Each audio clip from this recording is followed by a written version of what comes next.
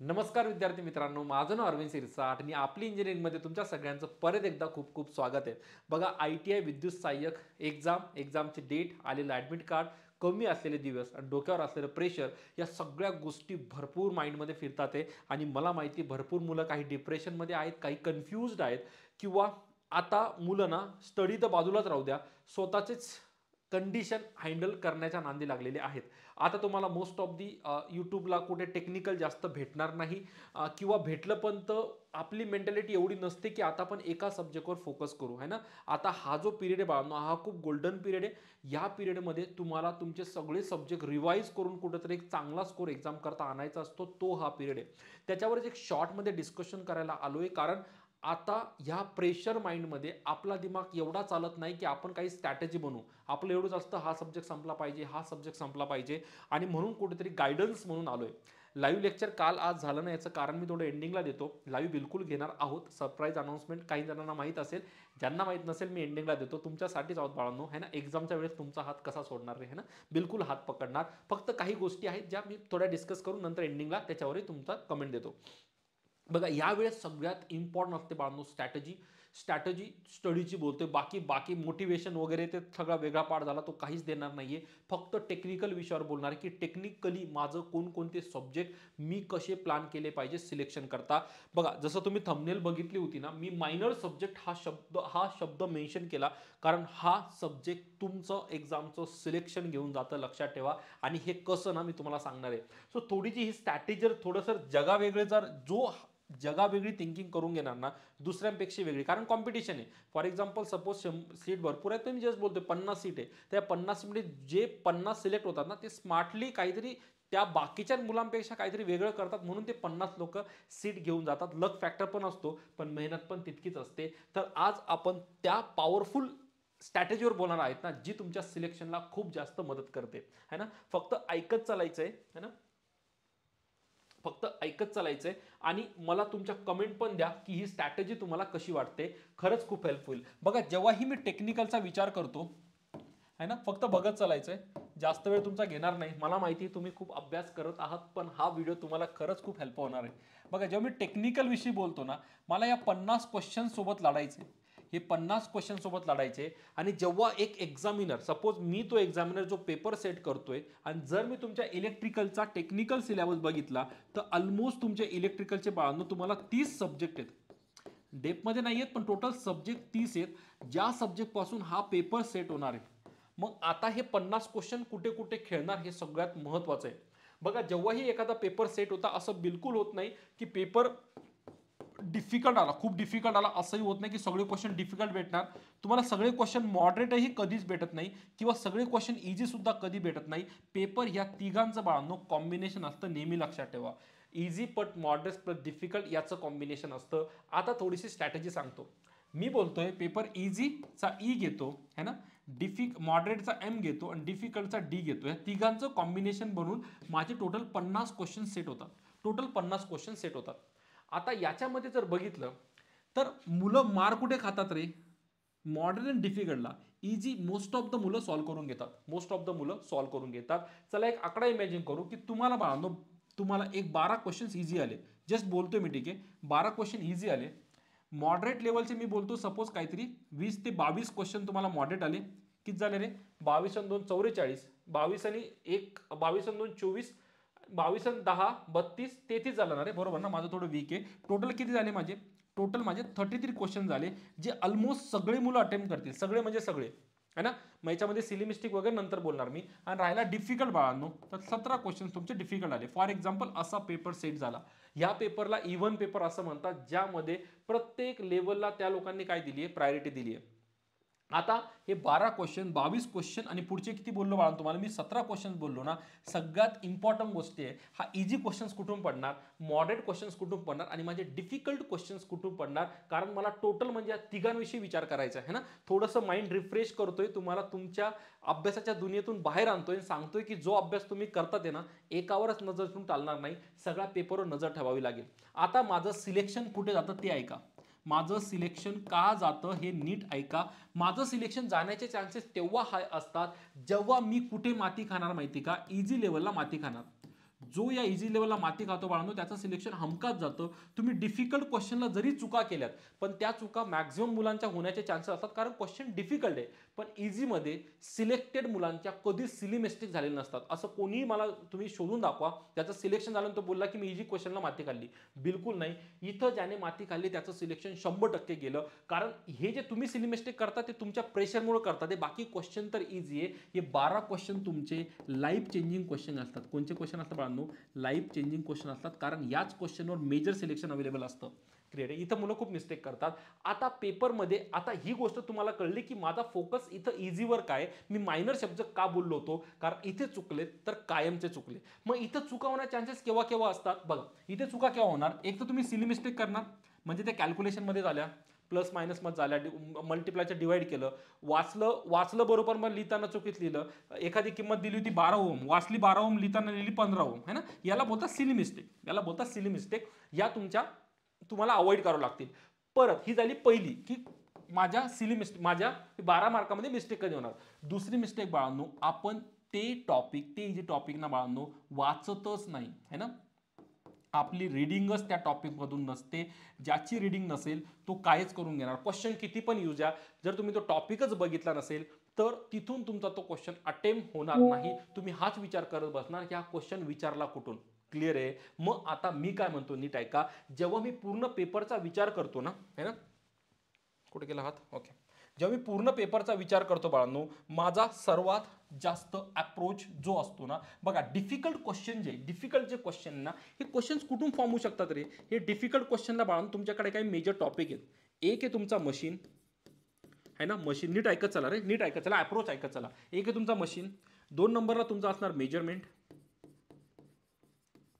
है ना.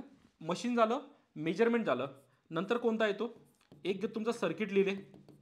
हे मेजर टॉपिक तुमचे जिथून क्वेश्चन बऱ्यापैकी जातात. मशीन, मेजरमेंट आणि सर्किट रिले, आणि बाकीचे पण टॉपिक आहे, पण मी बाकीचे तुमचे आहे. मग मशीनमध्ये सगळं आलं, ठीक आहे. सिंगल फेज, 3 फेज, अल्टरनेटर, बिल्टरनेटर सगळं आलं. मेजरमेंटमध्ये ऑलमोस्ट सारखं आलं, आणि सर्किट रिले पण तुमचं ऑलमोस्ट सगळं आलं. बाकीचे टॉपिक आहेत, पण मी या 3 टॉपिकला सध्या थोडंसं इम्पॉर्टन्ट देतो. इथून मॅक्झिमम पेपर तुमचा मेनी टाइम सेट होऊन जातो. पण ह्यावेळेस असं होईल याची काहीच गॅरंटी नाही. तुम्ही IBPSचे रिसेंट पॅटर्न्स बघा.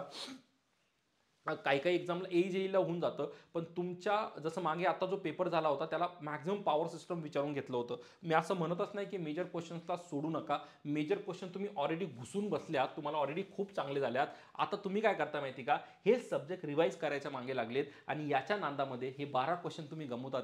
क्लिअर आहे. जर कोणाला विचारलं कोणता टॉपिक सर मशीन रिवाईज करतोय, कोणता करतोय रे सर मेजरमेंट करतोय, इथं जर घुसून राहिले बाळांनो तर हे 12 क्वेश्चन्स जे तुमचे इझी टॉपिकमधून पडणार आहेत, जर ते रिवाईजच केले नाही तर एक तर तो कॉन्सेप्ट तुम्हाला आठवणार नाही, किंवा तुम्ही तो कधी वाचलेच नसेल, आणि इथून मार्क गेले तर इथून तुम्ही कितीही घासून घ्या, चला 17 पैकी तुम्ही 15 बरोबर सोडवा, तर चांगली गोष्ट आहे. पण या 12 मध्ये जर माती खाल्ली, सिलेक्शन कुठून होणार, है ना. कारण हे 12 क्वेश्चन्स सिलेक्टेड टॉपर्स मुलं कधीच सोडत नाही. त्यांचा कॉन्फिडन्स एवढा हाय असतो ना, या क्वेश्चनला ते बरोबर मार्क करून येतात. म्हणून माझा पूर्ण फोकस ना इकडे बाळनो, इकडून तुमचं खूप सारं प्रिपरेशन झालंय. एक्झामचं नोटिफिकेशन येऊन ऑलमोस्ट 1 इयर झालंय. मुलांनी भरपूर घासली आहेत. आता मुलं हेच करत चाललेत. इव्हन मी जेव्हा लाईव्ह घेतो ना, सर पॉवर सिस्टम घ्या, पॉवर सिस्टम घेतलं सर, आता मेजरमेंट घ्या, है ना. हेच मॅक्झिमम टॉपिक इम्पॉर्टंट नाहीये असं नाहीये, पण आपण आता एका सब्जेक्टवर, एका पर्टिक्युलर स्पेशालिटीवर नाही बोलत आहे, आपण कम्प्लीट सिलेक्शनवर बोलतोय. आणि जेव्हा सिलेक्शनची गोष्ट येते ना, प्रत्येक मार्क्स इम्पॉर्टंट असतो. मग सर हे 12 क्वेश्चन्स म्हणजेच काय, तर 12 क्वेश्चन्स म्हणजे बाळांनो तुमचे 12 easy topic. 12 questions equals to 12 easy topic. हे टॉपिक तुम्हाला रिवाईज करावं लागेल. जर हे टॉपिक रिवाईजच केले नाही तर इकडे तुम्ही कितीही चांगलं परफॉर्म करा, पण इकडं तुमची माती होणार. इव्हन मॉडरेटमध्ये पण ते थोडेसे इझी टाईपच असतात, पण कॅल्क्युलेशन थोडे लेंदी असतात. हे दोन्ही पॅटर्न 12+22 तुमचे 33 क्वेश्चन ज्यांना विचार करा, 33 आणि तिकडे 17, हे इव्हन मी बोलतोय. जर इव्हन डिस्ट्रीब्यूट झाला, जर पेपर सगळा पॉवर सिस्टमचा आला, तो सगळ्यांनाच असणार, त्याच्यामध्ये कोणीच काही करू शकत नाही. पण जेव्हा मला माहीतच नाही पेपर कसा सेट होणार आहे ना, मला सगळ्या पॉसिबिलिटीने बोलावं लागेल. आणि मी यावेळेस माझा असं स्वतःचं पर्सनल मत विचारलं, बाळांनो ह्यावेळेस तुमचा पेपर मायनर सब्जेक्ट आहेत ना तोच खाऊन घेणार, है ना. तुम्हाला खूप चांगले बेसिक विचारले जाणार. पेपरला जेवढा वेळ तुम्ही घेतलाय ना, कोणाला कोणाला सगळ्यांना माहिती आहे तुम्ही मेजर सब्जेक्टला किती घासले, सगळ्यांना माहिती आहे. त्यांचे त्या पेपर सेट करण्याचे सुद्धा माइंडसेट असतात. त्यांना माहिती आहे तुम्ही कोणत्या सब्जेक्टची खूप चांगली स्टडी केली आहे. तुमच्या सायकोलॉजी बरोबर खेळल्या जातं. तर प्लीज त्याचे शिकार होऊ नका. मिनिमम ते मुलं, जे मुलं माझा आज व्हिडिओ बघतात आहे, जे मुलं आज माझा व्हिडिओ बघतात आहे ना, त्यांनी तरी बिलकुल त्या सायकोलॉजीच्या त्याच्यावर शिकार बनू नका. तुमचे मायनर सब्जेक्ट रिवाईज करायला घ्या. मग मायनर सब्जेक्ट म्हणजे कोणते सब्जेक्ट सर? लिस्ट दिली बाळांनो, लिस्ट दिली आहे. हे ते सब्जेक्ट आहे जिथून वारंवार परीक्षेला प्रश्न विचारले जातात. तुमचा safety practice, earthing, basic wiring, underground cable, wiring joints, basic electrical, capacitor, cells and batteries, थांबणार नाहीये, cells and batteries, magnetism, AC circuit, याला 2 आहे, मी 12 बोललो ना, 2 याच्यात केलंय. सिंगल फेज सुद्धा आणि 3 फेज सुद्धा, यांना मी तुमच्या बेसिक टॉपिकमध्ये टाकतो, ज्याच्या स्टडीशिवाय तुम्ही एक्झामला सिलेक्शन इमॅजिन करू शकत नाही. मग सर आता तर राहिले फक्त 7-8 दिवस हो सर, एवढ्या दिवसात थोडी ना हे सगळे रिवाईज होणार आहे.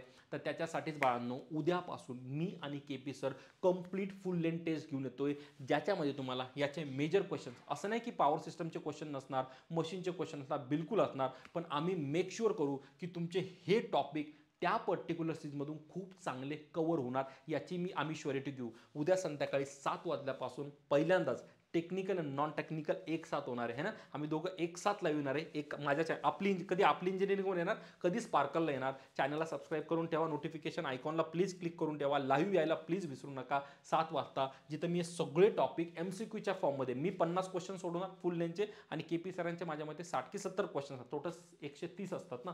हां, तर माझे 50, सरांचे ऑलमोस्ट 70-80 जे पण क्वेश्चन, मराठीचे 10 सोडून द्या, नॉन टेक्निकलचं ॲप्टिन रिझनिंग सर घेणार 70 क्वेश्चन, तर सरांचे 70 किंवा 60 बाळांनो, आय गेस 60, ये 60 सरांचे क्वेश्चन, 50 माझे क्वेश्चन्स.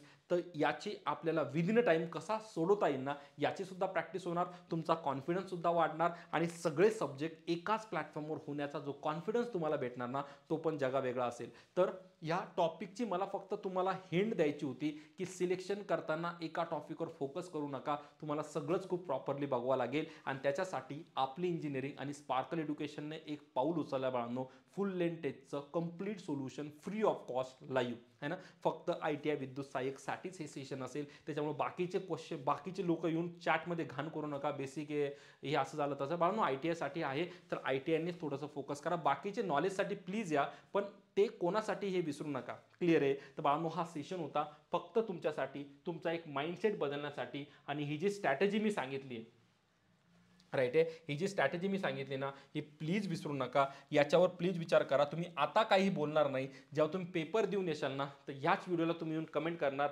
सर बेसिक टॉपिक केले, फायदा झाला, फायदा झाला, फायदा. राईट आहे, कारण मशीनमधून काय विचारून घेणार, मेजरमेंटमधून कोणत्या लेवलचा क्वेश्चन येणार मला माहीत नाही, त्याची लेवल काय असेल माहीत नाही, मला जमेल नाही जमेल माहीत नाही, पण हे बेसिकचे क्वेश्चन्स तुम्हाला डेफिनेटली जमणार जर एक नजर टाकली असेल तर. तर आजपासूनच जितक्याही तुमच्या शॉर्ट नोट्स असतील रिवाईज करायला घ्या. बाकीचं रिव्हिजन मी तुमचं दररोज संध्याकाळी 7 वाजता लाईव्ह येऊन घेऊन घेईल. क्लिअर आहे? आपली इंजिनिअरिंगला उद्या लाईव्ह होणार आहे, मी लगेच लिंक थोड्या वेळामध्ये टाकून देणार. लिंकला नक्की लाईक करा. आणि जर ही स्ट्रॅटेजी थोडी डोक्यात घुसली नसेल तर प्लीज घुसाडून घ्या, कारण याच्याशिवाय ऑप्शन नाही. मी थोडंसं स्ट्रेट फॉरवर्ड बोलतोय, कारण आता वेळ सिलेक्शनसाठी आहे. आता तुमची सिंपती मला नको आहे की सर बरोबर बोलताय की चुकीचं बोलताय. मला माहिती मी करेक्ट बोलतोय, तुम्हाला हे पचवावंच लागेल, आणि हे पचून जो एक्झामला जाईल ना बाळांनो, सिलेक्शन घेऊन येईल. राईट आहे? तर व्हिडिओ आवडला असेल बाळांनो, व्हिडिओला नक्की लाईक करा आणि शेअर करायला विसरू नका. सगळ्यांपर्यंत जाऊ द्या रे. बघा, अभ्यास करण्याचा हक्क तरी सगळ्यांना असतो, सिलेक्शन काही हकदारांना भेटून जातं, ती वेगळी गोष्ट आहे, पण अभ्यास आणि ज्ञान भेटण्याचा हक्क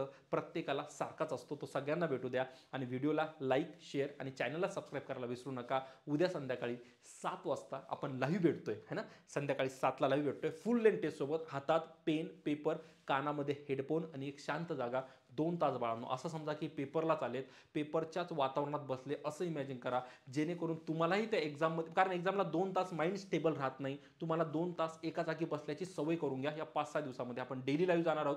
इव्हन परीक्षेच्या दिवसापर्यंत, आदल्या दिवसापर्यंत आम्ही पुरेपूर ट्राय करू की डेली लाईव्ह असू, आणि त्याच्यातून तुमचा फायदा करून घ्या. स्वतःची मेंटॅलिटी बनवा 2 तास बसण्याची. चला बाळांनो, व्हिडिओला पॉज करतो. भेटूया उद्या संध्याकाळी 7 वाजता. बाय.